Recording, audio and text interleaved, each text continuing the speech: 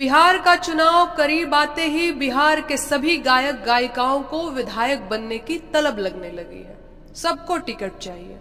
कुछ लोगों को गरीबों की लाठी बनना है और बिहार को बदल देना है। कुछ लोगों को मोदी जी में भगवान दिखने लगा है, लेकिन बिहार को बदले बिना ये भी नहीं मानेंगे। ये सब पलायन जरूर रोक देंगे।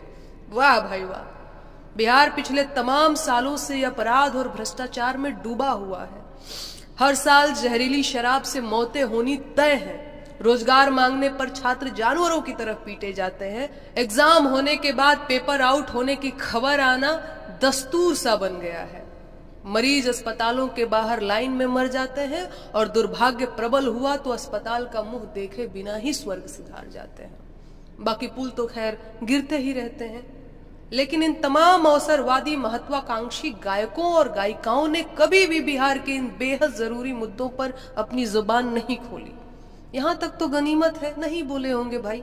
भोजपुरी की नाक काटने से फुर्सत नहीं मिली होगी। लेकिन इनकी मौका परस्ती और बेशर्मी का आलम यह है कि राजनीति में आने का निर्णय लेने के बाद भी ये बिहार की समस्याओं पर बोलने से पहले टिकट मिलने का इंतजार कर रहे हैं।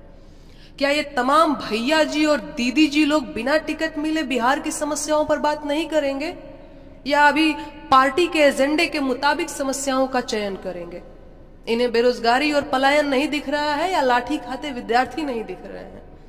ये जहरीली शराब से हुई मौतों के बारे में नहीं जानते, या अस्पताल के बाहर मरते मरीजों की खबरें इन तक नहीं पहुंच रही? अब सुनिए सीधी बात, तो सरकारी मंचों की मिठाई खा लीजिए या सरकार की आंखों में आंख डालकर सवाल पूछ लीजिए। चापलूसी और सवाल जवाब एक साथ नहीं हो सकता।